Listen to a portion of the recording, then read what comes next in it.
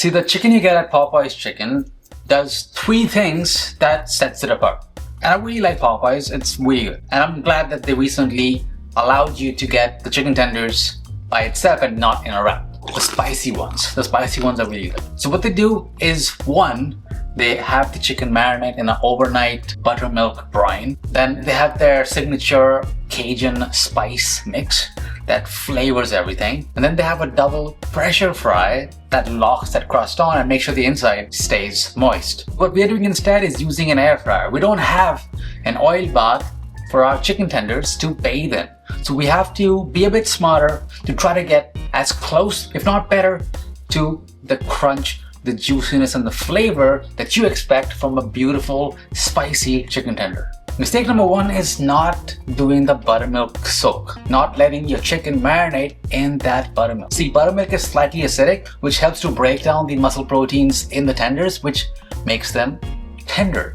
And because it's a nice, sticky, moist texture, it then helps after they've tenderized for the breading to stick really well over the chicken, so that when you fry or air fry, it sticks on, it stays on, and helps get you that crust.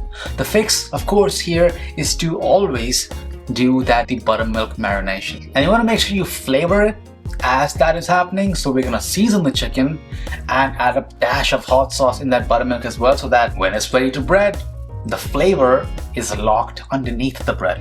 Talking about seasoning, mistake number 2 is seasoning the chicken tenders wrong.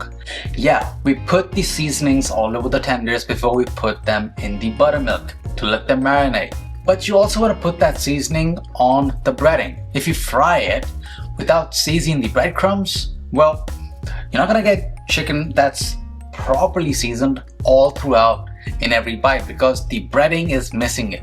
The fix here is to have a very similar profile of flavors also sit on top of the tenders on the breading that's getting crispy, as what you'll expect when you bite into the chicken. So we'll season the flour mixture, the breading mixture with a bunch of our spice mix, and we'll air fry these tenders the right way. Before the next 3 mistakes, one thing that you should always do, it's a non-negotiable, is spraying the chicken tenders after breading it with some cooking oil.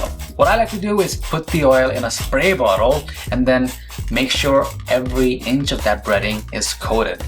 I can't wait to show you what it looks like when you don't do that, when you skip the oil step, and especially if you don't do a spray coating. Back to the mistakes. Mistake number 3 is not breading properly. What a shame if you do the marination right, the seasoning right, and then you just mess up the breading. You can't just throw the marinated chicken in that flour, give it a little shake, and call it a day. That won't work. See, what you're looking for when you bread the chicken is a craggy texture outside. There should be bits of the flour just making clumps all around the chicken, so that they form a beautiful, thick, substantial crust that's satisfying to bite into.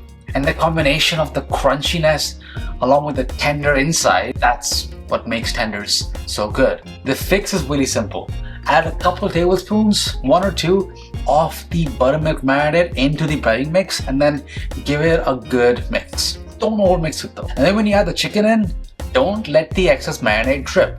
Let that stay on, and then just make sure you really massage that breading all around. Crumple it a bit, press the chicken, and just make sure every inch is coated.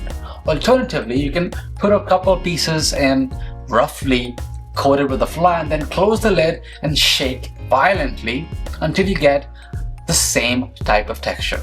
That's what I prefer to do.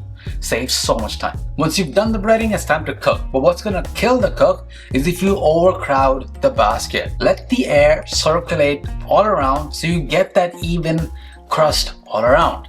The fix here is super simple. Just curb your hunger, cook it in batches, and snack if you have to. The gaps that you see around here as they cook is essential for the air fryer to circulate the air effectively and to get the right texture. I wish there was a way that you can just dump the food in the air fryer basket without preheating it and just cooking it blindly for an arbitrary amount of time and get a beautifully cooked chicken tender. Well, I got this. This is not good. We didn't oil it either. That's what happens when you don't oil your chicken and you cook it blindly and you don't care about what is really essential to have all the effort you made earlier to then just get to this stage and let it all go to waste. And here's where we're going to try to replicate the double pressure cook fry that Popeyes does.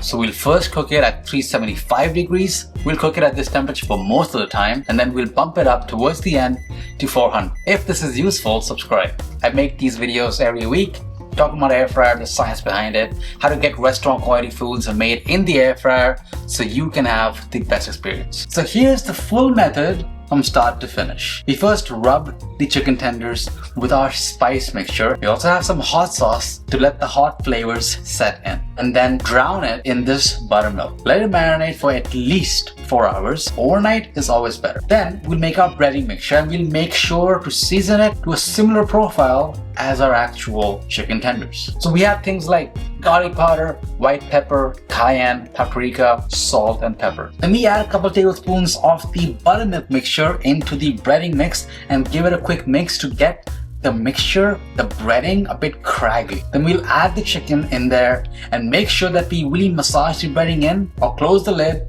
and shake it really violently until each tender is coated just like this. The word you're looking for is craggle. Then you want to make sure you preheat the air fryer at 375. Make sure you place the tenders, leaving enough space between each piece so you don't overcrowd. And then we first cook the first batch at 375 degrees Fahrenheit for 10 minutes, and we flip it halfway. And then we finish the cook by bumping up the temperature to 400 to make it all nice and crispy for 3 to 4 minutes more. I mean, it's pretty obvious which one would just likely be more tasty. I mean, what do you think? Do you think this one that we did a great marination of, but then we just didn't care when we fried it and breaded it? Does this look better than this one that we took the time and care to season the breading, bread it properly, oil it properly, and fry it to this golden brown perfection? Well, let's find out. I just had to spit that out. I wasn't overacting. There was no oil on the flour. The flour was dry, so the flour just essentially burnt. And because there was no protective coating, the marinade is burnt as well. That means the spices are burnt as well. So everything just tastes bitter.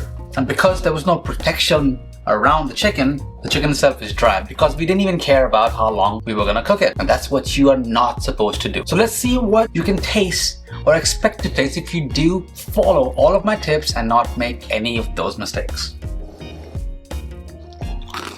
The good one is really good. You saw how easily it broke off. It's tender and juicy inside. The breading is light and flaky and super crunchy, and the spice really hits, just flavor wise. And because it's air fried too, this definitely, if I have the time, would beat Popeyes every single time. A crunch better than Popeyes, a Cajun kick, and no drive-thru line. That's great. Was it better than what you get at Popeyes? It sure was for me. And if you're looking, there are more restaurant style recipes linked right over here.